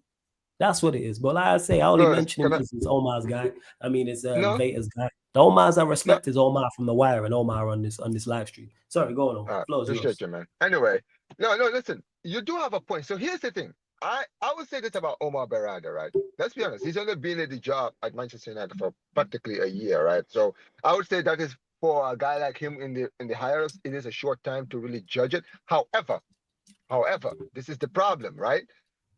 You just like you mentioned here, when you asked Vader the good things that he did, and he was naming a few things. The problem is, in the 1 year that you've been in charge, the amount of bad decision making you've just made in 1 year alone is worrying for any Manchester United fan. Because everyone's like, well, you've only been here for a year and you've made all of these stupid decisions, right? And you mentioned it, right? The Ten Hag thing is a good point, because here's the thing, Flawless. You guys went and interviewed the Brighton manager who was about to go to Marseille and Tuchel, who was at Bayern Munich at the time. When you had a manager like Flick, who was unemployed for 2 years, and you guys didn't even talk to him. You guys didn't even talk, because remember, here's one thing people always seem to forget. And I said this to you, Flawless, right? The Hansi Flick thing, we only appointed Hansi Flick to get 1 game before the season ended, because we already agreed with Xavi to stay. He was going to stay this season, right? We waited until the final moments at the end of the season and said, you know what, let's actually go and talk to Flick and see what happens. Maybe he might be interested. And he walked in and he said, yeah, I'll be interested. And then boom, just like that, within like 24 hours after the second to last game of the season, we confirmed that, yeah, Xavi was leaving, right? This was an opportunity this was a good manager, a great manager, a manager that won a treble, a manager that has the resume in club football, to have been given an opportunity, who could have been given an opportunity at Manchester United. You understand what I mean, right? But it shows you the lack of scouting that Manchester United did to actually go and actually notice these kind of hidden gems out there, right? We had two options and called it quits. That's what I'm saying. That's what I'm saying. You guys drew the white flag very quickly. Well done, mate. Well done to go back to the manager you don't rate. Hey, quality, man. Smart. Great, man. No, they did. They did. Hey, stop me when I'm lying. Someone tell me when I'm lying on the stream or in the chat. So that's what I'm saying. When it comes to Omar Berrada, he has a lot to prove. I said we have 2 people on the list for managers, and then we went back to Ten Hag. Yeah. Anyway, what I was just saying was, I believe there was no interview. There was no third point. You'd think Manchester United job. Hey, let's have a long list in case the first 2 say no. But not Omar and all these geniuses at any of snap. I mean, look. And you know what's funny about? And you know what's funny about? I have a longer list for shows on here. If people can't make it, Flawless. You know what the funny this thing is about the guys Flick to back. Yeah. Quality. You know what the funny thing about Flick is, right? I know we hired Flick around the tail end of the season, but the idea of Flick coming back to management was in the air since January of last year. So it's not like this guy was just hiding for 2 years and nobody knew that this guy was unemployed. He was going to get a job in the summer.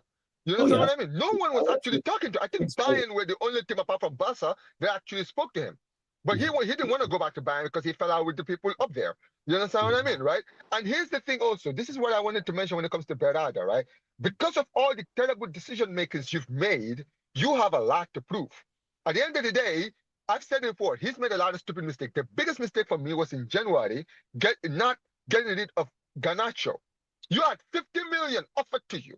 Now you're sitting here dilly-dallying trying to get rid of this kid. When you had 50 million, when you had an opportunity to get rid of this guy for 50 million, a big part, come on, that's the highest you probably would have ever gotten for Garnacho ever. You might not get that opportunity again, right? And here you are. the season just ended, right? And there is no inkling, there's no talk of who's leaving the club. I mean, I know people are gonna say, well, Rashford is gonna leave, Anthony is gonna leave, Garnacho is gonna leave. Bro, we haven't heard these players been linked outside. I mean, Rashford has been linked to my club, right? But we need to move quicker. That's what I'm saying. Rashford has been linked to my club, but this is the thing. So Omar, this is what Flores, I can tell you this as a Barca fan, bro. Rashford is our last option. We've already agreed terms with Nico Williams, right? Yeah. We've already agreed terms with Nico Williams, Ferran Torres, Lewandowski, Lopez, Lamine Yamal. We have like 6 attackers. Unless one of those guys leaves, Rashford is very unlikely to arrive. Do you understand what I mean? And this is the issue because we are the only team that are looking at it. Yeah, I'm gonna say this real quick with regards to Omar, and I get it. He's a CEO, so all the buck stops with him. Everything goes to his feet. But let's also no, I don't think not for us because we know there's many people involved. We know that there's someone making the actual footballing personnel decisions, the scouting. We know that's not him. The same way I won't crash it on the chairman at Manchester City and say that Khaldoon, what the heck are you going on? Who's at fault then? Well, who's at fault would be right now it would be Hugo, who's now the new Tiki. Oh, at United, it would be who? Well, again, you mentioned it. Your whole Ineos, because what's funny, and this is why I want to kind of bring it back. Cool. United are massive, right? We can't ignore that. It's also incredibly unique, where Glazers bring on another partial ownership, and that partial ownership have footballing decisions. I don't know how Omar Barada's got to navigate with that. I don't know what it meant when Ineos first came in and was decision making on what's the manager going to be. Those must have been ridiculous. And again, to use your words, kind of like stupid. Who's deciding what? So I know, and when I say toxic, when I say it's like a nuclear wasteland, I think it's because a lot of things need to get cleaned up. So I know. Oh, he's got a plan, but I think it's so complicated over at United. I think they're unlike any other club. That what he has to do to clean house, what he's got to do to actually run it properly. When he says, "I got to plan this out," and it's planned out for 2028. If y'all want to cuss me and being like, "You guys aren't doing anything," no one's had no issue with the plan. You keep doing this. There's no issue with the 2028. There's zero issue with 2028. Oh, but you said what do you do? I have no issue. I'm saying now, and you just mentioned there. Oh, he has issues with the Glazers. So you're telling me the Glazers are handicapping him from doing his job properly? No. I'm not saying. No, it's the Glazers. Yeah. So no, I don't what is it then? So what are you clearing out then? Because it's a clear new. Nobody's. So what are you clearing out exactly? Because you have a CEO, and then you have which is him, and then you have Ineos, which is. He's a part of Ineos. So Ineos hired Omar Barada, or was he? Okay. Yes, he's a part of them. Same difference. Ratcliffe's his guy. Them man work hand in hand. What are we talking about here? Okay, sorry. So here, I just so I understand. The timeline is Ineos hired Omar Barada. Yes, because they came in and then hired him as the CEO. So you're a part of that group. All right. Same way if you hire me for Veta Games TV Industries, I'm a part of that group. I work for Veta Games TV Industries. I'm the CEO or COO or whatever. Yes. All right. So if it goes bad, I'm involved. If it goes right, I'm involved. Exactly. So if it's like things are moving too slow, things aren't getting done, obviously it's going to fall to his feet. Yes. But we know the CEO is not dealing with incoming and outgoing players. We know he's asking for reports. He's relying on certain people. You would know that better than me, or the chat would know that better than me. I think when I say clean out, I think it was obviously United were run a certain way, and to just Ineos are in and everyone's new though in these spots. It's not no old people. The entire board is new. Yeah, but if Wilcox and Barada and Didier and all these guys and so they're not going to Ashworth and new. So they're not going to hit the ground running. They're not going to hit the ground running. You hit the ground falling. Just hit the ground. You hit the ground falling. They're going to hit the ground, and they're not going to get. They're not going to get things right. When you want to go through the laundry list, and this is why I was chuckling. I was laughing. I don't follow your club like that. Oh yeah, I know you don't. Yeah. So this isn't for you. That's for everyone who thinks, oh, Flawless is going over the top. Bear in mind, when I did that list, I didn't give my opinion on anything. No, I know. But when you're asking me, explaining, I laid out what's going on. I allow idiots to be. I just hold up the mirror to the situation. So but when you're talking to the chat and you're reminding them, I asked Vader how many good things. He's only pointing out 2 or 3. I don't know your club like that, so you're gonna run down that list of what's wrong way better than me. I guarantee if we turn it around, you're gonna know the list of things he's done well. Well, if things turn around, it's gonna be obvious. When things are bad, the more bad is being highlighted. Okay, but I'll leave this before I go. In your heart of hearts, in your Manchester United heart, what you've been observing, the content that you make, the people that you talk to, you think that Ineos have come to your club and they've only done 2, maybe 3 things right? I'm gonna leave that with the chat. I do have to bounce. I got the family. Love to the family. I've answered that. Yes, transfer is fantastic. So, incomings, outgoings last summer, great. No issues with them transfer wise so far like that. Couple of the things I don't like, like a TK for the money, the Nkunku swap, the outgoings is really slowed down, but overall, good. The cuts, staff cuts, all well and good.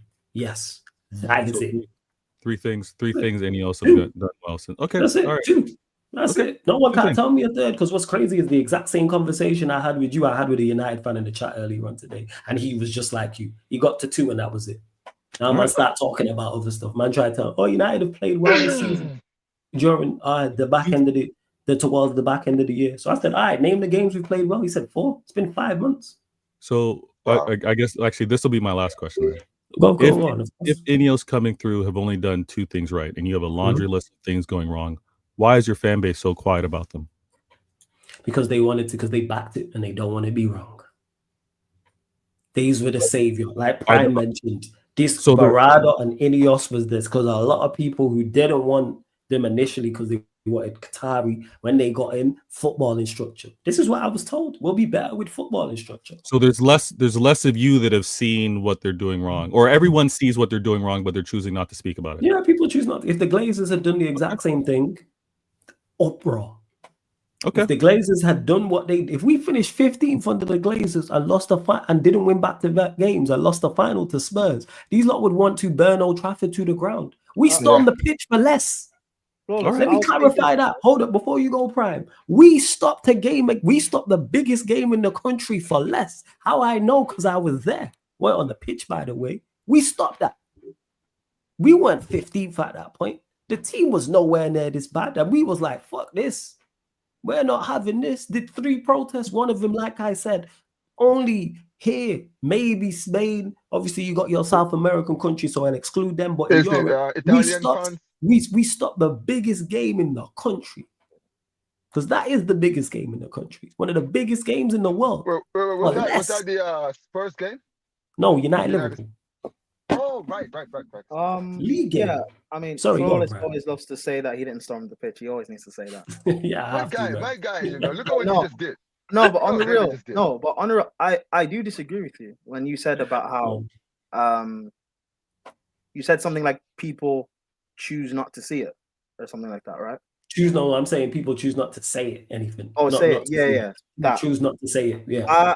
I disagree. Cool. I think people genuinely don't see what's going on because they see Ineos as the big saviors. They don't see, like, people are blind to what's going on. Bro, there are United fans that still believe that, for all the faults people want to say about Chelsea, fine. There are United fans that still believe that United are better ran than Chelsea. True. They'll have arguments, like they'll be having arguments with me saying about how United are better ran than Chelsea. We recruit better. We're on a better path, and it's just like you're doing the same thing you did last year. Like, and I keep saying this with Ineos. Until proven otherwise, I don't think much is like going to change. Like, there's a lot of big decisions that they could have made where if they had at least made the attempt to make the right decision, even if things had gone bad as a result of that, then like people would still back it. Maybe I'm doing what? Maybe, you know what? Maybe you're right. Maybe I'm doing what I said to other Manchester United fans as well as give them a benefit. Maybe I'm giving people the benefit of the doubt. when I say they see and don't say anything. Maybe. I ain't gonna argue you down. Maybe you're right. Because if you guys had gotten rid of Ten Hag in the summer last year, but you still bring in Amorim, but yet it still doesn't work, at least you're doing things properly, getting rid of him when you're supposed to. You know, if you had got rid of like Rashford, Onana, Højlund, whatever, Garnacho, you bring in other players in those positions, but those players maybe they don't do as bad, but those players aren't necessarily that good. Well, at least that shows you're still trying. If you try to do things in the right way, but it doesn't necessarily work, then fine. But the fact of you're not necessarily trying and you're making things worse, then I don't think people should necessarily still back you. At least not back you blindly. Not even attempting, and that's where my major issue lies, is there doesn't even seem to be a genuine attempt to do the right thing. It's not like Chelsea's I give you that. Amorim was actually an attempt to do the right thing. You got it awfully wrong, yes, but it was an attempt to do the right thing. That's why I don't really question you for the time. But also at the wrong time. Yeah, it was wrong. If you would have done it earlier, it's probably better. So it's kind of, even though it's a positive, it's still a negative.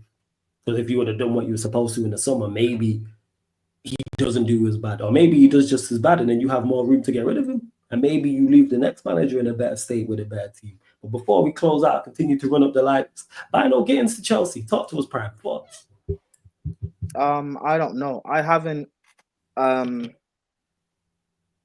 been on like YouTube or kept up with any news all day and all night. So I don't know what's been going on.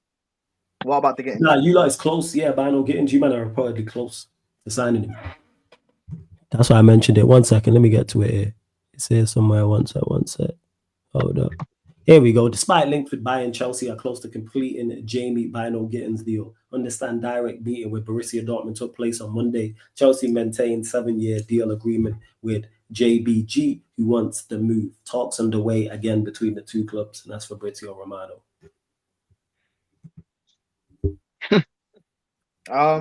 Too little, too late though. Oh, what do you mean by that? Because we only have 2 wingers at the Club World Cup, so. Madueke, Neto, that's it, right? It's the only 2 wingers we have at the Club World Cup, yes. You don't have no youth players there, no youth wingers. Oh, yeah, Tariq George. Yeah, okay. Tariq George. No, just asking. Yeah. But I meant like actual first teamers and stuff. We only have 2 wingers at the Club World Cup. So, I mean, that's great, I guess. Profile-wise, he does suit what Maresca wants in terms of touchline wingers, can beat his man, whatever. But he is still quite young, and that sort of a signing, the lap, that tells me that we're still going to be like a year or 2 away from even challenging. But then again, that's the thing with this ownership. We do it's a step where we take a step forward, but then it's like 2 steps backwards. Right. Like we end the season, next day we signed the lap. That's great. We're linked to Magnon. That's great. But then we're haggling over 25 mil for Magnon. We're linked to Gittens. We don't sign him. We go into the Club World Cup just to sign Gittens anyway, or it looks like we're going to sign him anyway. But we could have used him in this Club World Cup because the only wingers we have is Neto and Madueke. Like, it's, I don't know, whatever. That's fair. Fair enough, bro. I hear you. I hear you on that. Fully hear you. Let me see if I missed anything as well. Any questions related people? Because there ain't really too much to discuss. Shout out Vale, because the United Ineos conversation is always interesting as well. And also on this, Tottenham Hotspur are closely monitoring Eze. I've already gathered all relevant information. However, it's just one of... Is that you? All right, I thought it was Omar. Never mind. Tottenham Hotspur are closely monitoring Eze and have already gathered all relevant information. However, he's just one of several players they are considering for his position at this stage. They've not activated his release clause and are also not close to doing so. Eze remains one to watch, and that's from Sky Sports Germany. Does anyone know in the chat what his release clause is? It's 70 mil. I didn't know. Yeah, I was about to ask. That's news to me. I didn't know that either. I had no idea. Chat, let me know. But yeah, this would be a great signing for them. if Thomas Frank decides he's gonna go with obviously the back three and the 2 10s, and he's got Eze and Kulusevski, that's 2 good 10s. That is 2 good 10s. And then off of that, then you have, let's say, Solanke. That's a good front three. It's a good front three. Poro and Dogi at wing backs. You got Sarr as one of the midfielders, maybe I don't even know, a Benton Cuz there. You got Basuma there as well. So you have options. Obviously, centre backs would be a bit light because you don't know if Romero's going to stay. You got Van de Ven who would fit perfectly as the left-sided centre back, but the other centre back spots might be an issue. They got that centre back they signed in January. I forgot his name. Who is it? Dracusin and Danso. That's Dracusin actually, like, he does well in the back three. So I think playing a back three, it will actually work for him. Danso is a good center back. So if Romero leaves, Danso is a good replacement. Spurs are going to be interesting. Like, I don't know. We'll see. Like, Thomas Frank is a good coach, but I'll say this for me. Season 1 doesn't really matter with Spurs. It's beyond that. Because we've seen with Spurs with their last few managers, you back them the first summer, you have a good season, the next year it goes to trash. So we're going to be here in 18 months talking about how, Thomas Frank, I knew he was a fraud. Brentford manager, what has he done? Same thing but we're saying with Ange, same thing that said with Conte, with Mourinho. It's going to be the same recycled bullshit, and Spurs are still not going to have a squad. So yeah, well, glad to know you're a bit glad to hear it. But I'll say this. I'm not gonna lie. If they get the Eze deal done, that would be a very, very good signing. I'm not even gonna lie. That would be a top signing. And look, like Prime said, I think that losing Romero, because I know he's been linked to Atletico Madrid, right? I don't think that would be much of a miss because I do believe that Danzo, like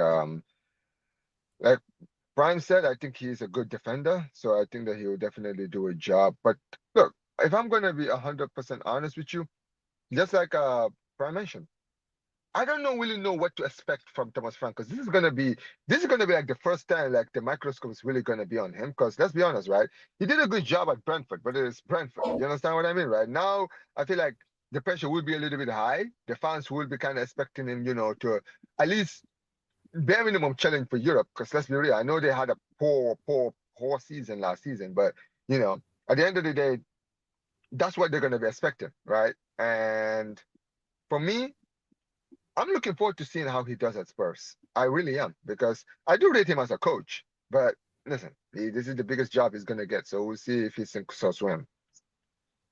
Yeah, well, that's fair. Very fair, but yeah, with him, we'll see. But Prime makes a great point about Spurs and backing him.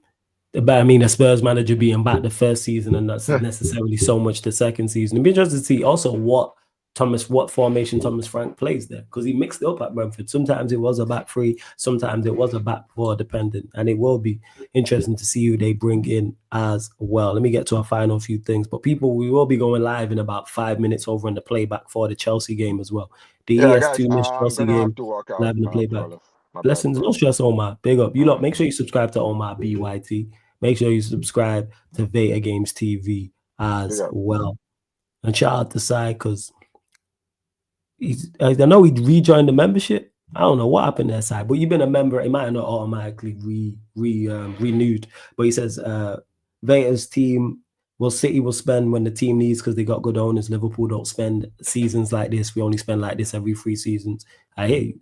And to J2 says, what happened to Leon? They got relegated. That's what happened. They got relegated, but I'm sure they will appeal it. But it'll be interesting to see what happens with that, and if they do indeed get raided as well, because I know they got Malik Fofana. They've got the other winger as well. I forgot his name. There's a winger beginning with them there who's been linked with a move away also. So it will be interesting to see what happens there at Leon. It will be. All right. I think that's pretty much it, people. Then we're going to close out. So big up, love to Prime. Shouts out to Omar. Shout out to Veta. Big up to Jez as well. Yeah. It wasn't an M, it was an N. Big up. We are going to redirect to Lewis. I know he's live with the Chelsea game, people. And we'll be live on the playback in about 10 minutes or so, people. Going live on the Sarcasm City TV playback. But make sure you follow my new Twitter as well.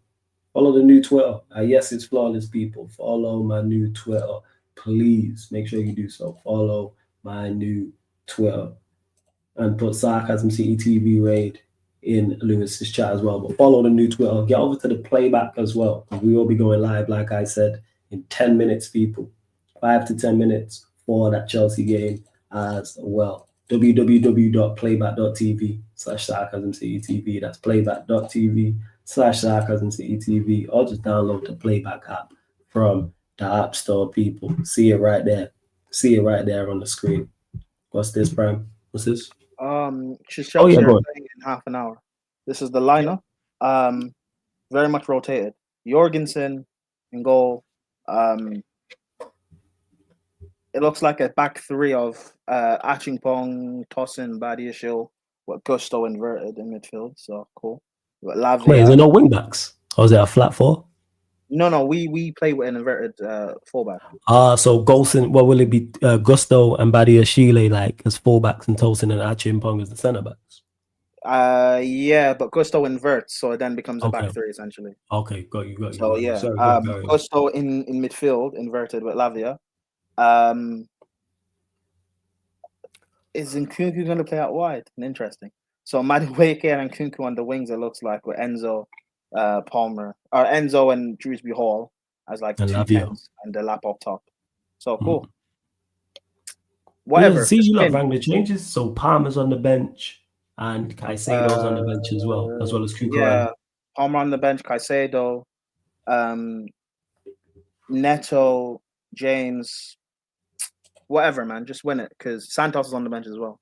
Just win it because if we win it, or at least don't lose, we end up playing Benfica in the round of 16 and Benfica. Botafogo or Palmeiras in the I think in the quarterfinal. So we've got a pathway to the semis, a minimum. So. Hey, ES2, let's do the business. These lot could actually end the semi-final, playing fucking Benfica and Botafogo. That being said, Botafogo did beat PSG, so yeah, we'll see. This is an African side we're playing. They're a Tunisian side, and I watched their second half. In their second group game, I watched their second half. They are a good side. They're good, so we'll see. But yeah, people, we are gonna close out. Love to everyone that's locked in. This has been the Sarcasm City Sports Q&A live on the Sarcasm City TV YouTube. Again, put Sarcasm City TV Raid in Lewis's chat, and I'm gonna catch up with the audio on the Spotify that I know I've been slacking, iTunes, etc., or the audio platform. We're gonna get on that though this week. Getting on that. Big up. Love to everyone that's locked in. Salute.